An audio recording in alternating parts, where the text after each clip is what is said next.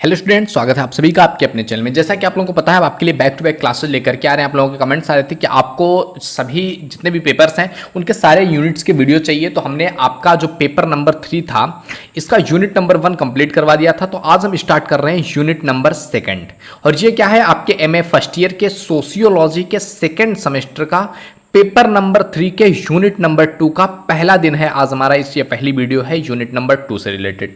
तो अगर आपने हमारी पिछली वीडियोस नहीं देखी है तो प्लीज़ चैनल पे विजिट करके आप वीडियोस देख सकते हैं, जिससे कि आपको आगे की बातें भी समझ में आ सके जब पीछे की वीडियोस आप कंप्लीट कर चुके होंगे।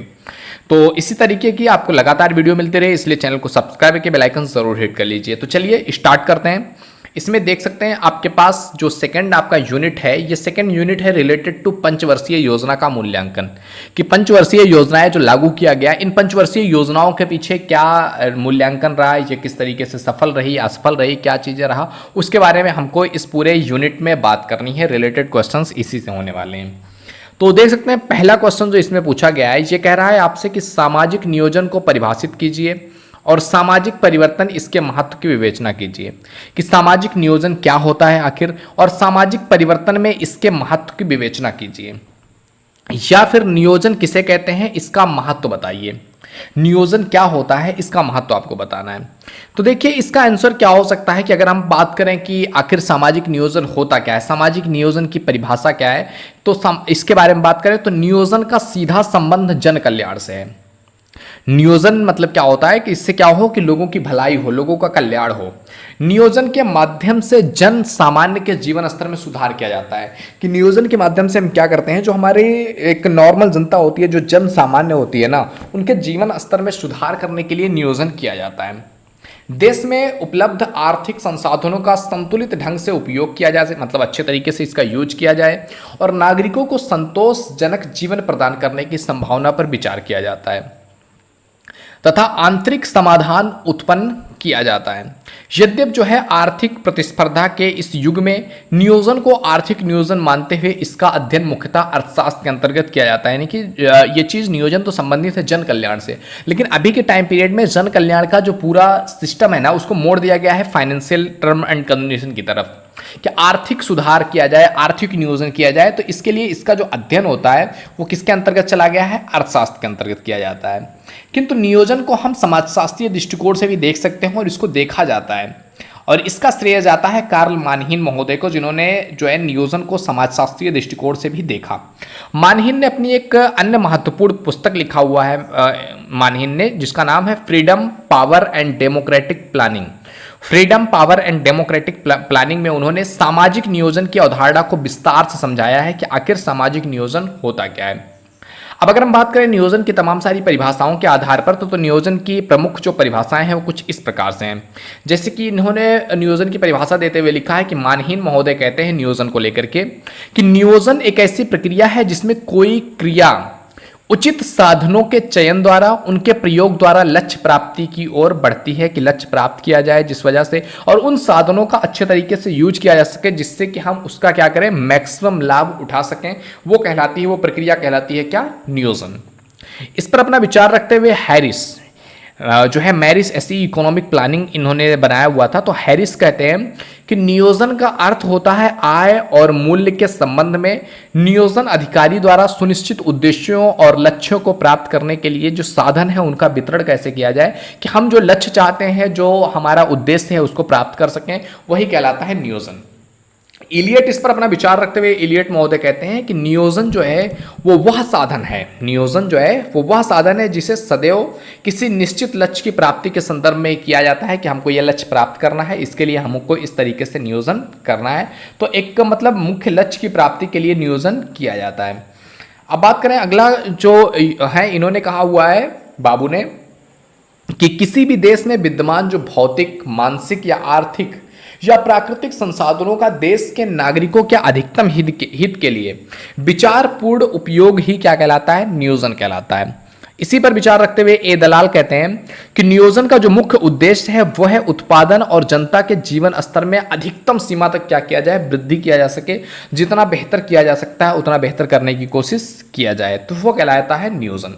तो इस तरह से तमाम सारे विद्वानों ने इस पर अपनी परिभाषाएं लिखी। अब बात करते हैं भारतीय नियोजन आयोग की। प्लानिंग कमीशन ऑफ इंडिया 1951 से, जब हमारा देश आज़ाद हुआ 1947 में, तो 1950 के बाद प्लानिंग कमीशन बनाना स्टार्ट कर दिया गया। तो आर्थिक नियोजन साधनों के संगठन की वो प्रणाली है, अगर हम आर्थिक नियोजन की बात करें तो ये साधनों की क्या है, ऐसी प्रणाली है, ऐसी संगठन है जिसके माध्यम से कुछ निश्चित सामाजिक लक्ष्य जो हैं उनको प्राप्त किया जाता है और उसके हेतु साधनों का जो है अधिकतम लाभप्रद प्रयोग किया जाता है कि जिससे हम क्या कर सकें, अधिकतम लाभ ले सकें। सामाजिक परिवर्तन में महत्व, कि सामाजिक परिवर्तन में आखिर नियोजन का महत्व क्या है, तो गुन्नार मिर्डल के अनुसार नियोजन किसी देश की सरकार द्वारा किए गए वो जागरूक प्रयास हैं जिसके द्वारा लोक नीतियों को अधिक तार्किक ढंग से समन्वित किया जाता है। गुन्नार मेडल कहते हैं कि नियोजन किसी भी देश की गवर्नमेंट के द्वारा एक जागरूक प्रयास है, मतलब जान करके अच्छे तरीके से किया गया एक प्रयास है जिसके द्वारा लोक नीतियों को ज़्यादा तार्किक ढंग से चलाया जा सके और अधिक तेजी से जो विकास के लक्ष्य हैं, विकास को लेकर के हमने जो लक्ष्य, जो टारगेट बनाया है, उन टारगेट को पूरा किया जा सके। नियोजन जो है वो चेतन रूप में लिया जाने वाला एक निर्णय है कि हम जानबूझ करके एक निर्णय लेते हैं जिसमें कोई भी समाज पहले अपनी समस्याओं को पहचान करके उसे अपनी प्राथमिकताओं के आधार पर क्या करता है, सूचीबद्ध करता है, एक सूची में लेकर के आता है कि हमारी ये जो है प्रतिबद्धता है, हमारी ये इंपॉर्टेंस है, हमारी प्राथमिकता है, तो वो चीज़ें हमें पहले अचीव करनी है। फिर उन समस्याओं को दूर करने के लिए अपने सांस्कृतिक मूल्यों के अनुरूप क्या करता है, एक लक्ष्य निर्धारित करता है कि हमको हाँ ऐसे ऐसे करके ये चीज़ प्राप्त करना है, इस तरीके से हमको यहाँ तक पहुँचना है और अपने संसाधनों को देखते हुए उस लक्ष्य की प्राप्ति के लिए एक कार्यक्रम बनाता है कि हम इस लक्ष्य को कैसे प्राप्त कर सकते हैं। तो स्पष्ट है कि समस्याओं की पहचान से लेकर के लक्ष्य प्राप्ति तक की सभी स्तर पर जो है सोच विचार करके कदम उठाने की जो प्रक्रिया है कि हमें हर एक चीज सोचते हैं, हर एक चीज पर विचार करते हैं कि कैसे ये काम करेंगे, तो हम जो टारगेट बना रहे हैं, जो लक्ष्य बना रहे हैं, उस टारगेट तक, उस लक्ष्य तक हम पहुंच सकते हैं। तो इस तरीके का जो प्रक्रिया होती है इसको नियोजन कहा जाता है। अब बात करें नियोजित विकास द्वारा लक्ष्य प्राप्ति है तो कुछ चीजें आवश्यक होती हैं कि विवेकपूर्ण ढंग से योजना बनाया जाए। सबसे पहली चीज है कि हमको जो भी प्राप्त करना है, जो भी हमारा लक्ष्य है, हमने डिसाइड कर लिया, तो अब हम उसको उसके लिए एक सोच समझ करके अच्छे तरीके से, अच्छे माइंडसेट के साथ क्या करना है, निर्णय लेना है, एक योजना बनानी है ताकि विकास के लाभ जो है वो जन सामान्य को प्राप्त हो सकें। और इसके लिए आवश्यक है कि योजना बनाते समय राष्ट्र की जो परिस्थितियां हैं उनका समुचित मूल्यांकन किया जाए कि राष्ट्र हमारा किस परिस्थितियों से गुजर रहा है, किन चीज़ों की ज़रूरत है, कैसे हम उसको लाभप्रद बना सकते हैं। यदि राष्ट्र पर जो है युद्ध की जो है विभीषिका मंडरा रही है तो नियोजन की रणनीति अलग होगी। यानी कि अगर राष्ट्र है उस पर युद्ध की शंका मंडरा रही है, युद्ध होने वाला है, तो उस समय नियोजन की रणनीति अलग होगी। और अगर शांति की स्थिति है, अच्छी स्थिति है, तो नियोजन का स्वरूप अलग होगा। इसी तरीके से यदि देश क्षेत्रवाद, आतंकवाद जैसी परिस्थितियों से संघर्ष लड़ रहा है, तो विघटन को महसूस कर रहा है, तो उसमें नियोजन की रणनीति कुछ और होगी। और अगर राष्ट्र एक ऐसी स्थिति में है जहां गरीबी, भ्रष्टाचार फैला हुआ है, तो नियोजन की रणनीति क्या होगी, थोड़ी सी अलग होगी। तो मतलब हर एक सिचुएशन के अनुसार नियोजन के प्रति जो रणनीति बनानी है, जो योजना बनाना है, वो काफी विवेकपूर्ण बनाना है जिससे कि हमारे लिए वो अच्छा हो और राष्ट्र जो है विकास की तरफ बढ़ सके। नियोजन की रणनीति निर्धारित करते समय एक और आवश्यक चीज है कि राष्ट्र के सामान्य मूल्य जो हैं, विचारधारा है, उनको ध्यान में रखा जाए कि हमारे राष्ट्र के आखिर मूल्य क्या हैं। अगर हम अपने राष्ट्र को विकसित करना चाहते हैं तो हमारे देश की कुछ मान्यताएं हैं, कुछ शर्तें हैं, कुछ जो है विचार है, कुछ हमारी वैल्यूज हैं, हम उनको लूज नहीं कर सकते हैं। उन वैल्यूज को साथ लेकर के हम कैसे बेहतर कर सकते हैं, ये दिमाग लगाना है। ये जरूरी नहीं किसी देश ने कैसा किया था वैसे ही हम करने लगे, नहीं।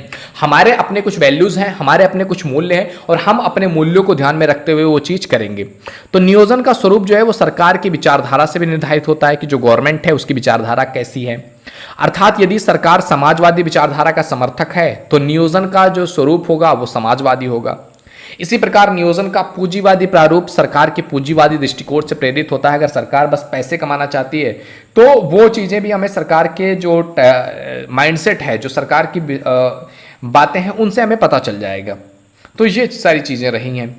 अगले स्तर पर अगर बात किया जाए इस चीज को लेकर के, अगले स्तर पर राष्ट्र जिन समस्याओं से जूझ रहा होता है उन समस्याओं की पहचान की जाती है कि हमारा देश, हमारे राष्ट्र में क्या प्रॉब्लम्स हैं, और नियोजन करने से पहले उन समस्याओं को स्पष्ट रूप से परिभाषित किया जाता है कि हाँ, ये समस्या ये है।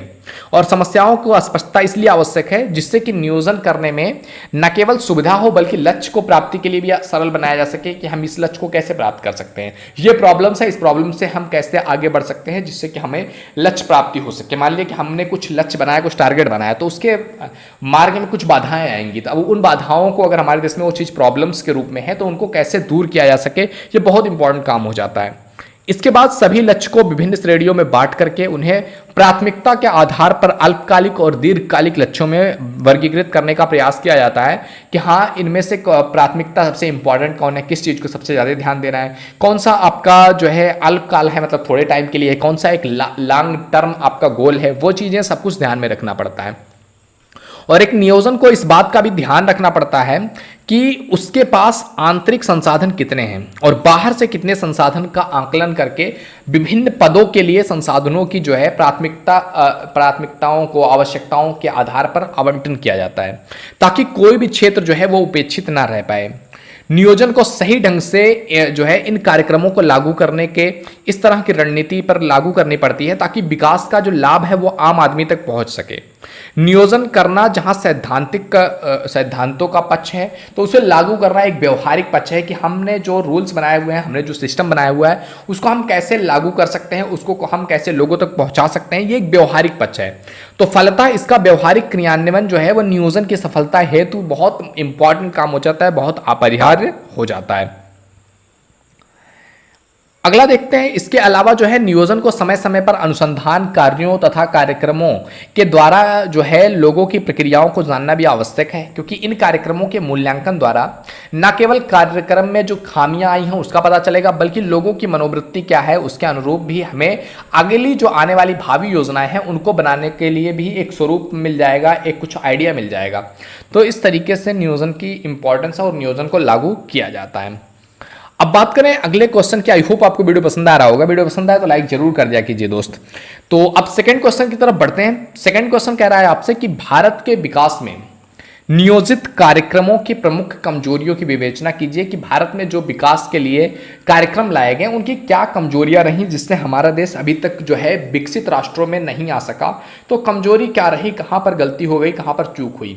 तो देखो, अगर हम बात करें भारत की तो भारत में लगभग 70 सालों से नियोजित सामाजिक जो है परिवर्तन का काम जो है बड़े पैमाने पर चल रहा है, विस्तृत पैमाने पर चल रहा है। इस नियोजित सामाजिक परिवर्तन के अंतर्गत ग्रामीण जो है पुनर्निर्माण का काम, श्रमिक कल्याण का काम, अनुसूचित जातियों जनजातियों, स्त्रियों की स्थिति, इन सभी में सुधार के लिए काम करना हो गया। ये सारी चीजें चल रही हैं, लेकिन योजनाओं की प्रगति लक्ष्यों के अनुरूप नहीं हो पा रही है। यानी कि जो हम योजना बना रहे हैं, वो जो हम टारगेट बना रहे हैं, उस टारगेट के अनुरूप हम नहीं प्राप्त कर पा रहे हैं रिजल्ट। तो नियोजित परिवर्तन का अधिकांश लाभ जो है वो साधारणता उन लोगों को मिल रहा है जो पहले से संपन्न थे, उन्हीं को लाभ भी मिल रहा है।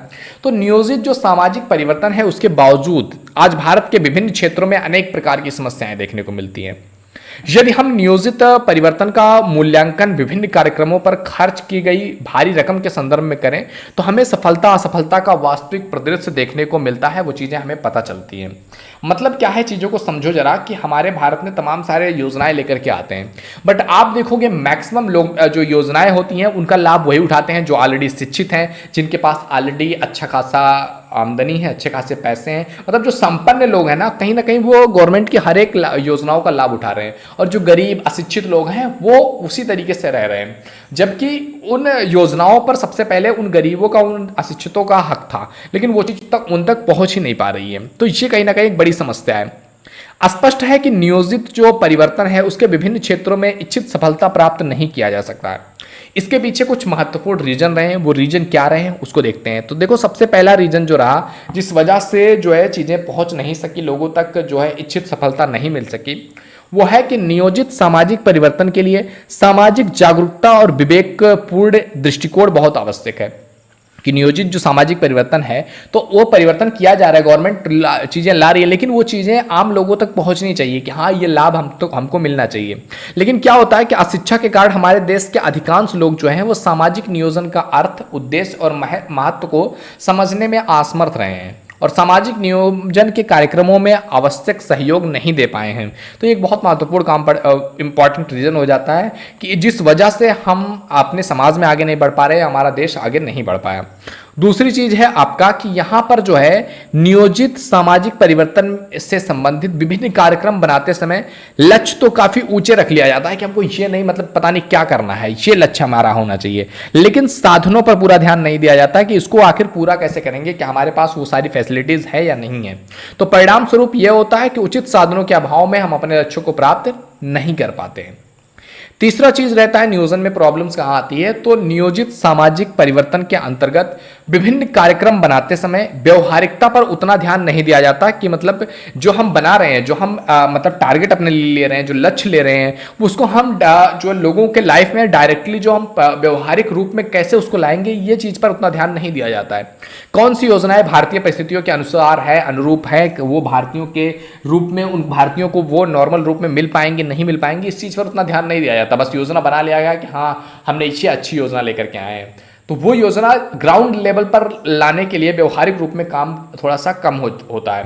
तो ये एक महत्वपूर्ण रीजन रहता है। फोर्थ रीजन है नियोजित कार्यक्रमों के असफल होने का, कि नियोजित सामाजिक परिवर्तन से संबंधित विभिन्न कार्यक्रमों का जो संचालन है वो अधिकारियों द्वारा किया जाता है। यानी कि सामाजिक परिवर्तन से जितने भी कार्यक्रम हैं वो सब अधिकारी करते हैं, और अनेक अधिकारी प्रशासनिक अकुशलता या भ्रष्टाचार के कारण अपने जो दायित्व है, जो उनके काम है, वो ठीक से नहीं निभा पाते। बहुत से अधिकारी तो नौकरशाही के ब्रिटिश तौर तरीके ही अपनाए हुए हैं और उन्हें प्रजातांत्रिक मूल्यों पर आत्मसात नहीं कर पा रहे हैं, अपने आप को प्रजातांत्रिक मूल्यों के अनुसार अपने आप को नहीं ढाल पा रहे हैं। वो वही ब्रिटिश टाइम पीरियड पे जिस तरीके से रहते थे उसी टाइम पीरियड के अनुसार ही अपने आप को रख रहे हैं। फिफ्थ चीज हो जाएगी आपका जो नियोजन में प्रॉब्लम आती है वो है भारतीय राजनीति किसी सिद्धांत पर आधारित ना होकर के क्या है, गुटबंदी पर आधारित है। कि राजनीति क्या है, गुट है, जहां भाई भतीजावाद पर चीजें आधारित हैं। तो राजनीतिक दल किसी भी अच्छी से अच्छी योजना की आलोचना करने में नहीं चूकते हैं। मतलब कि राजनीतिक दल क्या होता है कि कोई जो दूसरी पार्टी है ना, वो अगर कुछ अच्छे से अच्छा भी कोई चीज लेकर के आएगी तो जो विपक्ष में है उसका काम क्या है कि उसके खिलाफ बोलना। ये नहीं कि अगर उसने अच्छा किया है तो तारीफ भी करेंगे, गलत किया है तो क्रिटिसाइज भी करेंगे, नहीं, विपक्ष हो तो मतलब गलत ही बोलना है। तो राजनीतिक दल किसी भी अच्छे से अच्छी योजना की क्या करती है, आलोचना करने लगती है, क्योंकि वो राजनीतिक दल क्या है, सरकार का विरोध करना चाहते हैं और कार्यक्रमों को सफल बनाने में सरकार का सहयोग नहीं करते हैं। तो ये एक महत्वपूर्ण रीजन हो जाता है। 6 नंबर का रीजन आ जाता है, एससी दुबे कहते हैं कि किसी भी योजना या कार्यक्रम की सफलता बहुत कुछ इस बात पर निर्भर करती है कि उसे बनाते समय लोगों की प्रथाएं, भावनाओं, मूल्यों और विश्वासों को ध्यान में रखा गया है या नहीं रखा गया है। क्योंकि भारत में जिन योजनाओं में इन बातों की उपेक्षा की गई है वो अच्छी से अच्छी होने के बावजूद भी असफल रही है। क्योंकि भारत हमारा देश है ना, जो ये कहीं ना कहीं रिलीजन से ढका हुआ है, प्रथाओं से, मान्यताओं से, भावनाओं से, वैल्यूज से ढका हुआ है। तो जब भी आप कोई कार्यक्रम बना रहे हैं, अगर वो कार्यक्रम वैल्यूज को लूज कर रहा है तो वो कार्यक्रम कभी भी सफल नहीं होने वाला है हमारे भारत में। तो ये एक महत्वपूर्ण रीजन रहा। 7th रीजन रहा इसकी असफलता का कि भारतीय समाज जो है वो एक परंपरावादी समाज रहा है। यहां अनेक प्रकार की रूढ़ियां और अंधविश्वास पाए जाते हैं। परिणाम स्वरूप लोग सड़ी गली कुप्रथाओं से चिपके रहना चाहते हैं और कोई भी परिवर्तन हो, चाहे वो कितना भी अच्छा हो, उसको आसानी से स्वीकार नहीं करते हैं। और जब तक परिवर्तन को स्वीकार करने की इच्छा या आकांक्षा नहीं होगी तब तक कितना भी नियोजन कर लिया जाए, कितना भी गवर्नमेंट प्लान कर ले, कुछ भी करने की कोशिश कर ले, इस माध्यम से, नियोजन के माध्यम से कभी भी क्षेत्रों में क्या होगा, प्रगति नहीं आ सकती है। नेक्स्ट चीज है आपका कि किसी भी योजना की सफलता जो है उसके लिए लोगों में राष्ट्रीय चरित्र का होना बहुत इंपॉर्टेंट है। भारत में राष्ट्रीय चरित्र का जो है बहुत अभाव पाया जाता है, नितांत अभाव पाया जाता है। यहाँ तो अधिकांश लोग ऐसे मिल जाते हैं जो अपने छोटे से स्वार्थ के लिए राष्ट्र का बड़ा से बड़ा जो हित है ना उसकी भी बलि चढ़ाने से नहीं चूकते हैं कि कुछ भी हो जाए, देश भाड़ में जाए, क्या फर्क पड़ता है, हमको मिल रहा है ना चीजें। इस तरीके की चीजें देखने को मिलेगी आपको। नेक्स्ट जो प्रॉब्लम आती है 9th नंबर देखें तो भारत में जो नियोजित परिवर्तन है उसकी एक महत्वपूर्ण सीमा या बाधा जो है वो विश्वसनीय आंकड़ों का अभाव रहा है। यहां सर्वेक्षण एवं शोध की दृष्टि से पूर्ण प्रशिक्षित और ईमानदार कार्यकर्ताओं का अभाव पाया गया है।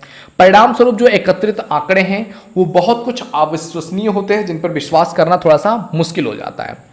नेक्स्ट चीज है 10th नंबर का क्वेश्चन कि इस देश में आर्थिक नियोजन पर जो है विशेष जोर दिया गया है, ना कि सामाजिक नियोजन पर। तो परिणाम यह होता है कि नियोजन में अर्थशास्त्रियों को छोड़कर के अन्य समाज वैज्ञानिकों के लाभ का जो है, ज्ञान का लाभ जो है वो सामान्यता नहीं उठाया जा सकता। नेक्स्ट बाधा आती है नियोजन प्रक्रिया में कि प्रजातांत्रिक देश में कोई भी अच्छी से अच्छी योजना या कार्यक्रम उस समय तक सफल नहीं हो सकता जब तक कि वहां की जनता में आवश्यक उत्साह ना हो, जब तक कि वह सहयोग करने के पूरी तरह तैयार ना हो तब तक वो चीज़ जो है विकसित नहीं हो सकती। यानी कि निष्क्रिय विरोध या उत्साह की कमी जो है ये उत्पन्न जो है उत्तम से उत्तम योजना को भी क्या कर सकती है, नष्ट कर सकती है। तो भारत में नियोजन जो है वो सामाजिक परिवर्तन के सफलता के लिए एक बहुत आवश्यक चीज है और उपयुक्त जो है सीमाओं या बाधाओं को दूर किया जा सके और सामाजिक वैज्ञानिकों की एक सक्रिय सहयोग लिया जाए जिससे कि हमारा देश क्या हो सकता है, आगे बढ़ सकता है। और नियोजन जो परिवर्तन है, जो योजनाएं हैं, नियोजित योजनाएं हैं, वो कहीं ना कहीं लाभप्रद हो सकती हैं या लाभ दे सकती हैं। अब बात करें अगले क्वेश्चन की। आई होप वीडियो तुम्हें पसंद आ रहा होगा। वीडियो पसंद आ रहा हो तो फटाफट से लाइक कर दीजिए। आपके लिए इतना एफर्ट लगाया जा रहा है, इतनी मेहनत किया जा रहा है, इतना ज़्यादा लंबी वीडियोस भी बन रही हैं जो शायद आपके लिए थोड़ा सा हेल्पफुल हो सके। हम सोचते हैं कम से कम यार 3 क्वेश्चन तो एक में पढ़ा दें, एक वीडियो में 1 क्वेश्चन पढ़ाएंगे तो इस तरीके से बहुत सारी वीडियोस बनानी पड़ जाएंगी, जो कि नंबर ऑफ वीडियोस बढ़ेंगी। मेरे लिए तो ठीक है, लेकिन आपके लिए मतलब थोड़ा सा नहीं होगा कि आप एक साथ शुरू कर रहे हो तो कम से कम 3 क्वेश्चन तो पढ़ ही सको। तो तीसरा नंबर का क्वेश्चन कह रहा है आपसे कि भारत में जो पंचवर्षीय योजनाएं हैं उनकी उपलब्धियों के बारे में वर्णन करो कि भारत में जो पंचवर्षीय योजनाएं रही उनकी क्या उपलब्धि रही, या फिर पंचवर्षीय योजनाओं से हुए विकास के भारतीय अनुभव के विषय में अपने विचार व्यक्त करो कि पंचवर्षीय योजनाओं में भारत में क्या विकास किया हुआ है, किस चीज पर काम किया हुआ है। तो अगर बात करें हम पंचवर्षीय योजनाओं की भारत में, तो भारत में सामाजिक विकास एक महत्वपूर्ण आयाम सामाजिक नियोजन है। भारत में जो सामाजिक विकास है उसका एक महत्वपूर्ण आयाम क्या है, सामाजिक नियोजन है। भारतीय संविधान के अनुसार जो है वो स्वाधीन राजनीतिक व्यवस्था का उद्देश्य जो है वो सामाजिक, आर्थिक और राजनीतिक न्याय, चिंतन, अभिव्यक्ति, मान्यताओं और धर्म की स्वतंत्रता, परिस्थिति और अवसरों की समानता और जो भ्रातृत्व की भावना है ना उसको स्थापित करना है। और इसी उद्देश्य को प्राप्त करने के लिए महत्वपूर्ण अभिकरण के रूप में 1950 में राष्ट्रीय योजना आयोग को राष्ट्र के प्राकृतिक और मानवीय स्रोतों को जांच करने का काम सौंपा गया और आयोग ने आर्थिक विकास हेतु इन स्रोतों को संगठित करने के लिए योजनाएं बनाई और योजनाबद्ध विकास के माध्यम से भारत के पारंपरिक जो सामाजिक संरचनाएं हैं उसमें परिवर्तन ला करके इसको एक आधुनिक समाज में जो है परिणित करने का प्रयास किया जाना स्टार्ट हो गया। प्रत्येक पंचवर्षीय योजना में मुख्यतः जो होता है वो वृद्धि, समानता और सामाजिक न्याय पर बल दिया जाता है। मुख्यतः क्या होता है कि वृद्धि हो, समानता हो और सामाजिक न्याय पर, इन चीज पर बल दिया जाता है।